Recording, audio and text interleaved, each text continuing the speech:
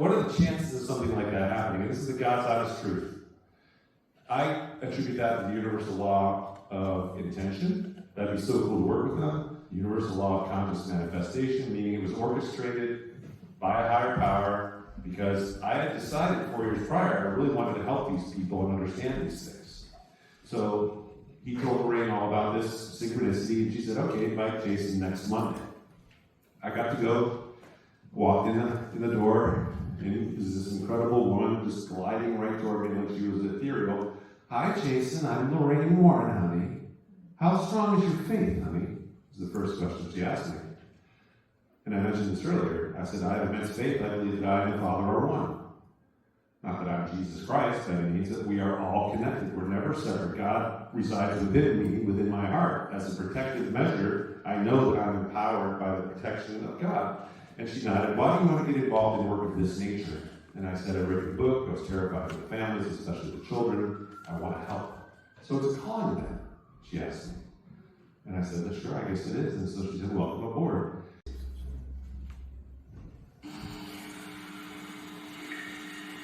Ed and Lorraine Warren and 6 associates are in a house in Bradford, Vermont.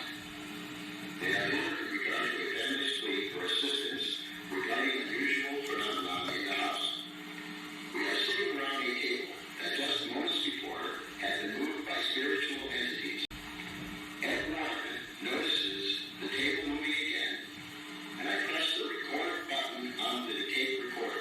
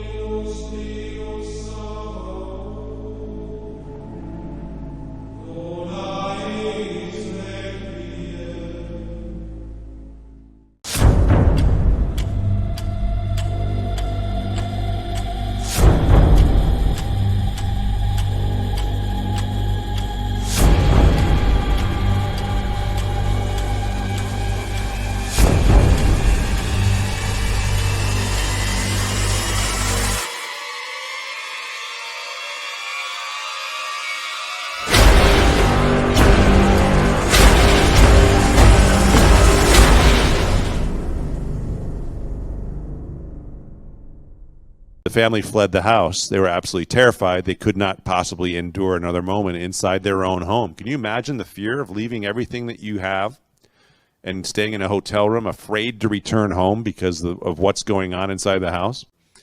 He never would have stolen from his father. They were, an upper middle class family. And he found the dollar and he said, "Then what's this?" Backhanded his own son and slapped him. And everybody was just absolutely out of their minds over this thing. And he knew. He didn't know at the time. To him, it was completely acceptable to bash his son, but they implant the thought into your mind. It's not your own thought. And if they can implant that thought in your mind, what other thoughts can they implant in there? And they knew that they were in very, very, very serious trouble, because the goal is to split friendships apart, split families apart, turn father against son. Something coming over and literally wrapping over her hand and taking control of it and crushing it while she had the paintbrush, slamming it in to the paint colors, red, and writing and destroying and defacing her recreation of God's creation by writing "bitch" in this hole, this hell hole, right, this pit. Now, many of the stories and many of these severe cases that take place that are as terrifying as what's portrayed in the movies, if not even more so, you'll never hear about. The families want no recognition. They don't want the ridicule. They don't want the media circus. They want to lead normal lives. But more importantly, they don't want to give that phenomena recognition, which could bring it back into their lives, as was the case in this one family's ordeal in Monroe, Connecticut. And they came right back after the family in a series of attacks we call retribution.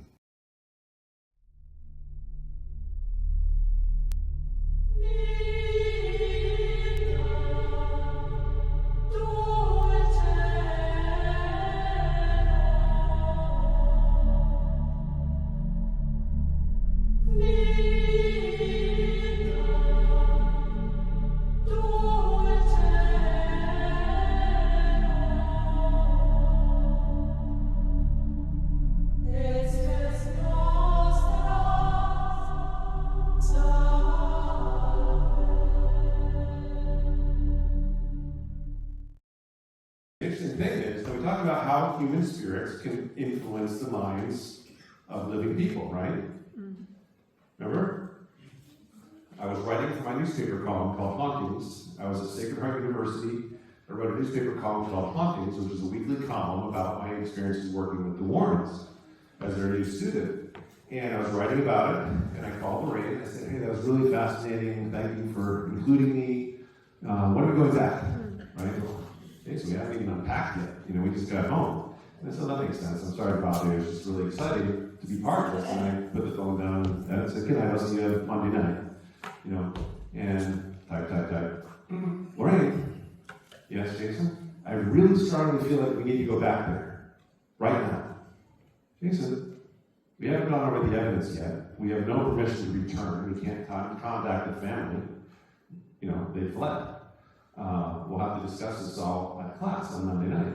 I know you're excited, but that's the way it is. And I said, okay, good night, my love. Click, she said, and I hang up.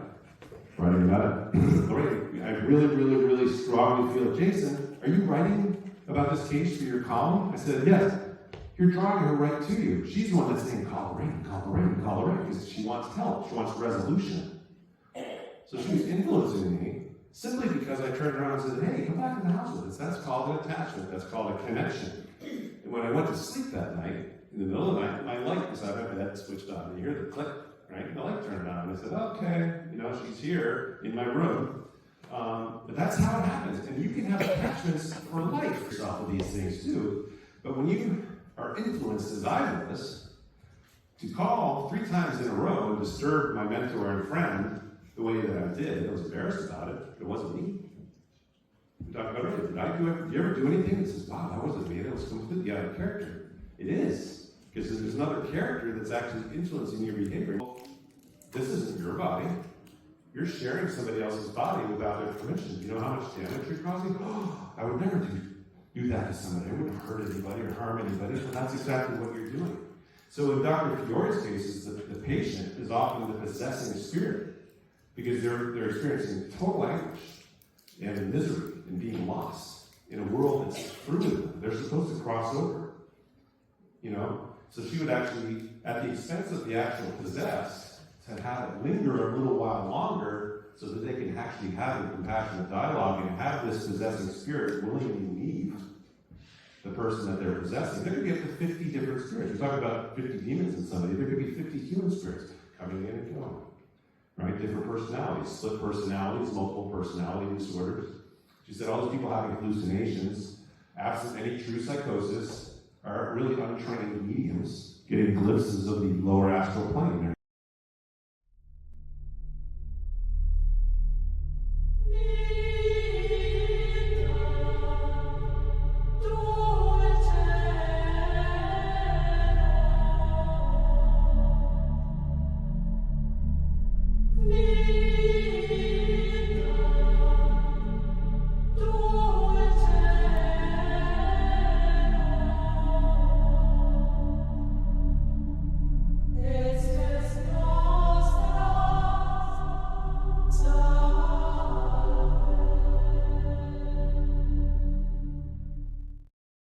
So this is where it gets pretty frightening. Hey, come on, demon, I dare you to do something. You're not so tough. Do something to me. Let me give you a little piece of advice. The demon is looking at you within 5 inches and saying, oh, I will. The stuff I'm revealing to you are things that you don't hear about. Demons are real. Come talk to me. Show yourself before me. Give me some answers. We are dealing with forces beyond our imagination. People always tell me, I want you to prove that demons exist. Withering on the floor like a serpent.